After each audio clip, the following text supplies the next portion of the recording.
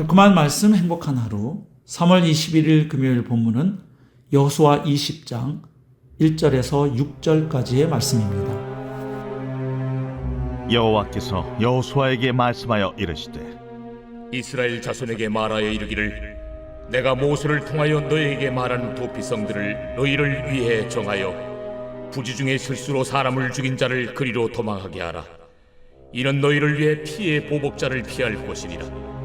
이 성읍들 중에 하나에 도피하는 자는 그 성읍에 들어가는 문 어귀에 서서 그 성읍의 장로들의 귀에 자기의 사건을 말할 것이요 그들은 그를 성읍에 받아들여 한 곳을 주어 자기들 중에 거주하게 하고 피의 보복자가 그의 뒤를 따라온다 할지라도 그들은 그 살인자를 그의 손에 내주지 말지니 이는 본래 미워함이 없이 부지 중에 그의 이웃을 죽였음이라. 그 살인자는 회중 앞에 서서 재판을 받기까지 또는 그 당시 대제사장이 죽기까지 그 성읍에 거주하다가 그 후에 그 살인자는 그 성읍 곧 자기가 도망하여 나온 자기 성읍 자기 집으로 돌아갈지니라 하라. 오늘 본문에는 여호수아가 가나안 땅에 6개의 도피성을 정하는 이야기가 기록되어 있습니다. 물론 이것은 하나님이 그 전에 모세에게 주셨던 명령을 드디어 이행한 것입니다. 도피성은 부지 중에 살인한 사람, 즉 고의가 아닌 과실로 살인한 사람을 보호하기 위해서 마련된 성읍입니다. 그런데 이 도피성이라는 제도가 성경에서 가장 먼저 언급된 곳은 출애굽기 21장입니다. 12절과 13절을 보면 이렇게 기록되어 있습니다. 사람을 쳐 죽인 자는 반드시 죽일 것이나 만일 사람이 고의적으로 한 것이 아니라 나 하나님이 사람을 그의 손에 넘긴 것이면 내가 그를 위하여 한 곳을 정하리니 그 사람이 그리로 도망할 것이며. 자, 무엇을 알 수 있습니까? 살인을 저지른 경우에 고의적 살인이면 반드시 사형을 당해야 했습니다. 하지만 실수로 사람을 죽인 경우에는 도피성이라고 불리는 곳으로 피신할 수 있도록 한 것입니다. 민수기 35장을 보면 도피성에 대한 보다 상세한 규례가 나옵니다. 6절을 보면 도피성은 총 6개의 성읍이었습니다. 그리고 14절을 보면 이스라엘 전역의 어느 곳에서든 쉽게 접근할 수 있도록 요단강 이편의 새 성읍, 또 요단강 건너편의 새 성읍을 지정하도록 되어 있습니다. 즉 어느 곳에서든 하루길이면 도착할 수 있도록 한 것입니다. 자, 그런데 실수로 살인한 사람을 보호하기 위해서 왜 도피성이 필요했을까요? 19절을 보면 당시 이스라엘에는 피를 보복하는 자라는 제도가 있었기 때문입니다.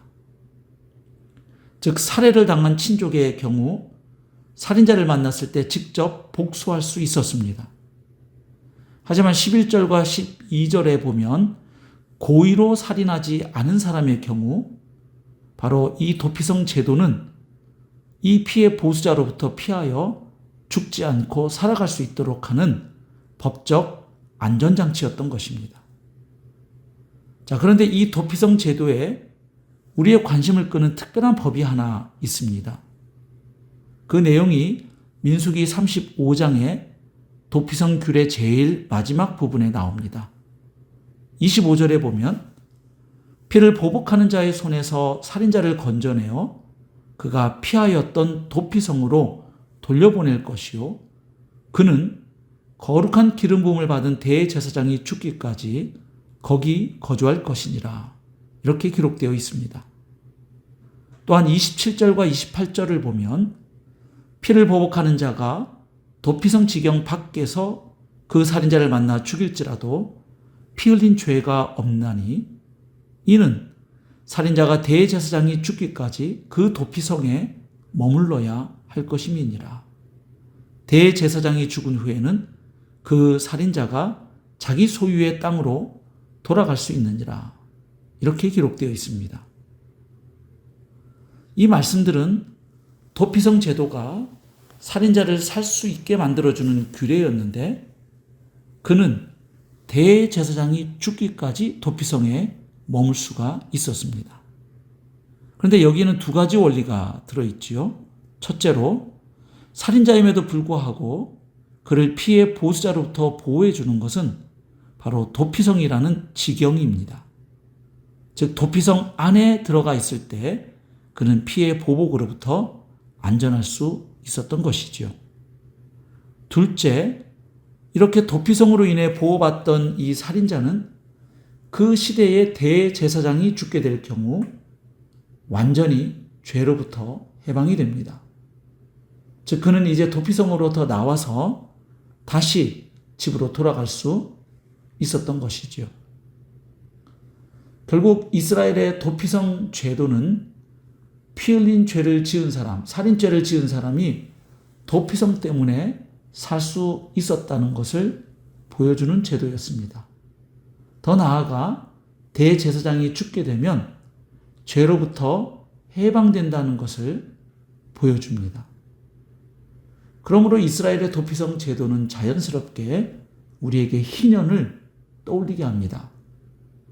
즉 이스라엘에는 가난으로 인하여 자기 몸을 종으로 팔았더라도 희년에 다시 자신의 기업으로 돌아오게 하는 법이 있었던 것입니다. 레위기 25장을 보면 제 아무리 가난하고 피폐한 삶을 살았더라도 매 50년째 되는 해에는 즉 희년이 되면 모든 것을 리셋하고 부채를 탕감받고 기업을 되찾을 수 있었습니다. 그렇게 해서 새로운 삶을 시작할 수 있었습니다.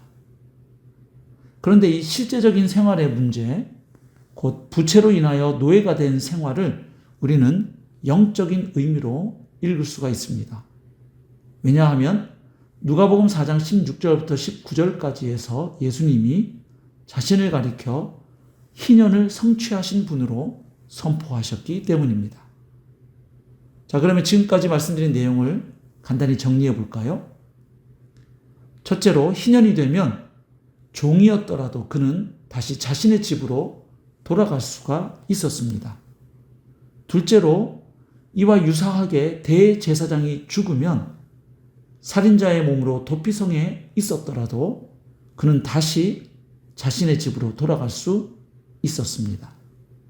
셋째로 그리스도가 곧 희년의 성취자이시고 대제사장이십니다. 자, 결국 우리는 도피성 제도 자체에서도 우리의 피난처요 또한 피할 바위가 되시는 예수 그리스도를 발견하게 됩니다. 하지만 그뿐이 아니지요.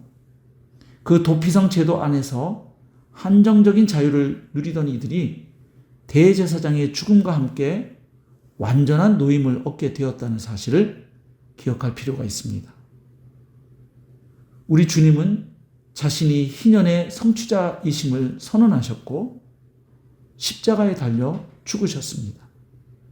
그리고 부활하셨습니다. 그러므로 이제 누구든지 주 예수 그리스도를 믿으면 하나님의 은혜로 구원을 받게 되는 것입니다.